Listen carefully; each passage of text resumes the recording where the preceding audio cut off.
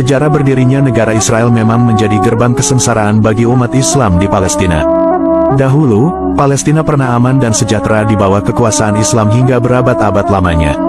Namun setelah runtuhnya kekhalifahan Utsmani, maka orang-orang Barat dan Yahudi mulai mencaplok dan menjajah wilayah kekuasaan Islam. Pada tahun 1917 Masehi, Inggris berhasil menjajah wilayah selatan dan tengah Palestina hingga kemudian menjajah wilayah lainnya. Menyedihkannya lagi, Menteri Luar Negeri Inggris Lord Balfour menjanjikan kepada kaum Yahudi akan memberikan tanah Palestina kepada mereka untuk ditempati dan dijadikan negara. Kemudian, terjadilah perjanjian Balfour yang berisi perjanjian penyerahan Palestina kepada Zionis. Inggris kemudian menganjurkan bangsa Yahudi untuk berimigrasi besar-besaran dari Eropa ke Palestina. Awalnya ada 55.000 orang Yahudi menetap di Palestina yang jumlahnya 8% dari seluruh populasi penduduk Palestina. Populasi orang-orang Yahudi terus mengalami peningkatan yang signifikan setiap tahunnya. Mereka kemudian mulai membeli tanah-tanah Palestina melalui agen-agen gelap. Padahal dahulu pada masa kekhalifahan Utsmani, orang-orang Yahudi dilarang untuk membeli tanah-tanah di Palestina karena nantinya dikhawatirkan dapat menyingkirkan penduduk Muslim yang tinggal di sana. Ketika bertambahnya tahun, akhirnya orang-orang Yahudi telah mampu menguasai 6,7% tanah Palestina. Di samping itu Inggris yang awalnya menjajah Palestina, kemudian mulai meninggalkan wilayah Palestina setelah PBB atau Persatuan Bangsa-Bangsa mengeluarkan resolusi nomor 181. Peristiwa ini terjadi pada tanggal 6 September tahun 1947. Isi dari resolusi PBB itu adalah membagi wilayah Palestina menjadi dua bagian, yaitu wilayah Arab dan wilayah Yahudi. Peristiwa itu kemudian disambut baik oleh orang-orang Yahudi, namun ditolak mentah-mentah oleh negara-negara Arab. Setelah puncak Perang Dunia Kedua, orang-orang Yahudi dari berbagai belahan dunia mulai pergi ke Yerusalem, Palestina. Apalagi setelah terjadinya pembantaian besar-besaran 6 juta Yahudi di Eropa, kemudian terjadilah gelombang imigrasi kaum Yahudi dari Eropa ke Palestina secara besar-besaran. Hingga pada tahun 1948, jumlah orang-orang Yahudi di Palestina berjumlah 650.000 orang. Padahal penduduk Palestina waktu itu hanya berjumlah 2 jutaan orang. Hal ini menjadi gambaran akan begitu besarnya gelombang imigran Yahudi, di mana jumlah mereka adalah sekitar 30% dari jumlah penduduk Palestina. Setelah kepergian penjajah Inggris dari tanah Palestina, kemudian orang-orang Zionis Yahudi menghimpun kekuatan untuk mendirikan negara Israel. Aksi Yahudi Israel ini kemudian ditolak mentah-mentah oleh negara-negara Arab. Meskipun begitu, Zionis Israel tidak takut dengan segala ancaman yang akan datang. Hal ini dikarenakan Zionis Israel sudah memiliki kekuatan militer yang cukup tangguh. Kemudian pada tanggal 14 Mei tahun 1948, para petinggi Zionis Israel lantas mendeklarasikan berdirinya negara Israel. Para tentara Zionis siap berperang melawan musuh demi mempertahankan tanah yang dijanjikan Tuhan mereka. Berdirinya negara Israel lantas memicu respon penolakan dari negara-negara Arab. Hal ini kemudian menyebabkan muncullah perang Arab-Israel yang sangat mengerikan. Namun, Israel tidak takut menghadapi tentara Arab. Hal ini dikarenakan Israel telah memiliki persenjataan dan tentara yang kuat. Waktu itu, Israel telah memiliki 70.000 tentara dengan persenjataan yang kuat. Perang Arab-Israel awalnya pecah setelah sebelumnya Israel melakukan penyerangan brutal ke wilayah Deir Yasir pada tanggal 9 April tahun 1948. Wilayah itu merupakan perkampungan strategis yang berada di antara Yerusalem dan Tel Aviv. Ada sekitar 254 orang yang dibantai waktu itu. Hal ini kemudian memancing reaksi bangsa-bangsa Arab untuk membantu dan mendukung perjuangan rakyat Palestina.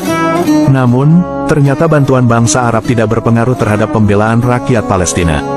Hal ini disebabkan tidak adanya keseimbangan jumlah tentara yang berperang dalam perang Arab-Israel, di mana waktu itu tentara Arab hanya berjumlah 24.000 tentara sedangkan Israel berjumlah 70.000 tentara. Hal ini jelas tidak seimbang. Ditambah lagi dengan adanya persenjataan Israel yang cukup canggih dan modern. Di tahun 1948 juga, Zionis Israel kemudian semakin menggila dalam merampas tanah dan wilayah Palestina. Rakyat Palestina banyak yang tertindas dan terusir dari tanah air mereka sendiri. Negara-negara Islam seperti Mesir, Yordania, Irak, dan Suriah mengecam aksi kekejaman Zionis Israel. Para negara Muslim kemudian melakukan penyerangan kepada negara Israel. Kemudian, Amerika dan negara Barat melobi untuk mengadakan gencatan senjata, di mana dari kedua belah pihak dilarang melakukan peperangan selama 1 bulan. Kemudian negara Arab setuju, tetapi, Zionis dengan kelicikannya memanfaat peluang itu untuk memasok senjata dari Amerika. Setelah fase itu, meledaklah kembali perang antara negara Arab dan Israel. Namun dalam peperangan itu tentara Arab mengalami kekalahan dari tentara Israel. Hal ini dipicu karena begitu canggihnya peralatan perang milik Israel.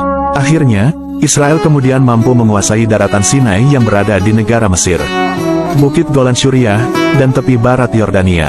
Bantuan tentara Arab rupanya malah menyulitkan perjuangan rakyat Palestina, di mana pasukan yang mereka kirim adalah orang-orang yang kondisinya kurang siap perang, koordinasi yang kurang baik, persenjataan perang yang kuno, dan banyak kerusakan. Penderitaan rakyat Palestina semakin bertambah ketika tanah air mereka dirampas secara paksa oleh Zionis Israel. Hal ini timbul juga akibat keputusan PBB nomor 181 yang membagi wilayah Palestina menjadi dua bagian, yaitu wilayah Yahudi dan Arab.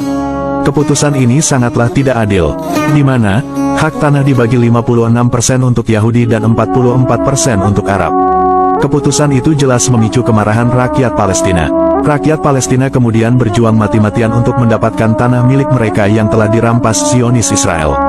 Akibat perang tahun 1948, banyak sekali rakyat Palestina yang meninggal dunia, menderita, dan memilih pergi mengungsi ke tempat yang lebih aman. Namun momen itu justru dimanfaatkan Zionis Israel untuk mencaploki tanah warga Palestina. Akibatnya, jutaan meter persegi tanah milik warga Palestina hangus dirampas Zionis Israel. Tidak hanya itu, orang-orang Yahudi kemudian mulai mendirikan kawasan-kawasan pemukiman khusus untuk warga Israel. Hal ini jelas merugikan dan menyengsarakan rakyat Palestina. Hal ini tentu menyulut emosi rakyat Palestina atas perampasan hak-hak atas tanah air mereka.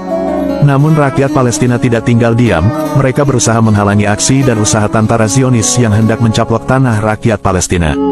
Awalnya, wilayah Palestina sangatlah luas, namun semakin bertambahnya tahun, luas wilayah Palestina semakin berkurang dan semakin mengecil akibat dicaploki Zionis Israel.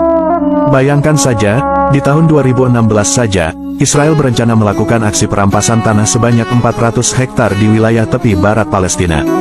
Hingga saat ini, ada sekitar 55.000 pemukiman ilegal milik warga Israel yang dibangun di tepi barat dan Yerusalem Timur, dan ada sekitar 3 juta orang yang tinggal dan menetap di kedua wilayah itu. Memang sangat sulit sekali bagi rakyat Palestina untuk melawan para tentara Israel, mengingat Palestina sama sekali tidak memiliki tentara baik angkatan laut maupun udara. Salah satu penyebab Palestina tidak memiliki tentara adalah disebabkan Palestina statusnya belum diakui negara. Sebenarnya, ada 135 negara anggota PBB termasuk Indonesia yang mengakui Palestina sebagai negara yang merdeka. Namun ada 50 negara pendukung Zionis yang tidak mengakui Palestina sebagai negara merdeka. Meskipun tidak punya tentara, tetapi Palestina memiliki sebuah pasukan keamanan khusus dari Otoritas Nasional Palestina. Selain itu, ada juga gerakan perlawanan melawan Israel yang dipimpin kelompok Hamas. Hamas sendiri mempunyai sayap militer bernama Izzuddin Al-Qassam. Namun, negara-negara pro-Israel seperti Amerika, Uni Eropa, dan negara lainnya menganggap bahwa Hamas adalah organisasi teroris. Namun ada juga negara yang tidak menganggap Hamas sebagai organisasi teroris.